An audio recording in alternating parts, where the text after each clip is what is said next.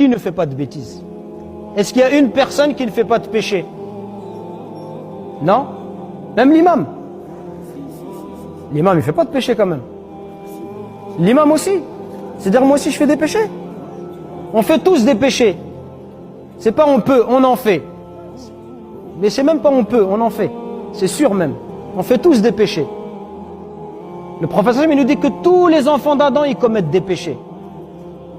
Et les meilleurs, ce sont lesquels? Ceux qui se repentent.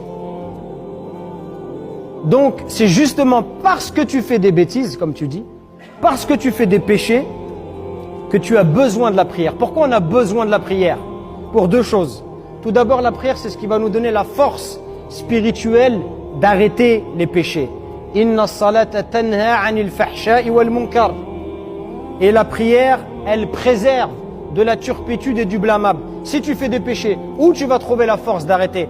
C'est dans la prière. Parce que quand tu viens prier, Allah il ouvre ton cœur à la vérité. Allah il renforce ta foi. Allah il renforce ta conviction. Allah il te met la lumière sur ton visage, la lumière sur ton chemin.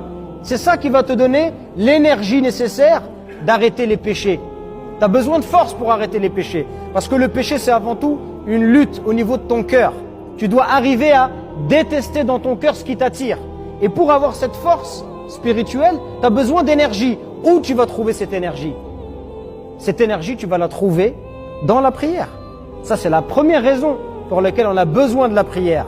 La deuxième raison, c'est que la prière, justement, elle efface les fautes et elle efface les péchés. Allah Azza wa Jalla nous dit dans le Coran et accomplit la prière.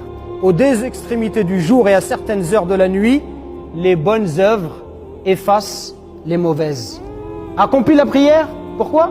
Aux deux extrémités du jour et de la nuit, les bonnes œuvres, elles dissipent les mauvaises. Cela est une exhortation, c'est un rappel pour ceux qui réfléchissent.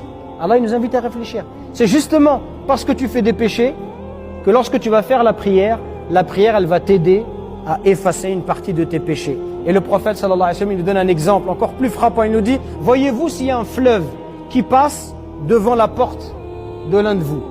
Et 5 fois par jour, tu vas prendre une douche. Tu vas te baigner dans ce fleuve. Est-ce qu'il va rester des saletés sur ton corps? Imaginez-vous, quelqu'un, 5 fois par jour, il se lave dans le fleuve qui passe à côté de chez lui. Est-ce qu'il va rester des saletés sur son corps? Alors les sahaba, ils ont dit, non, ya Rasulallah, s'il se lave 5 fois par jour, il n'y a pas de saleté. Alors le prophète, il nous dit, ceci est l'exemple des 5 prières par lesquelles Allah, il efface les péchés. Voilà l'exemple des prières. Les prières, c'est comme si 5 fois par jour, tu vas te laver. Ça efface tes péchés, ça efface ta saleté. Et la prière, tu la fais 5 fois par jour, ça va effacer tes péchés.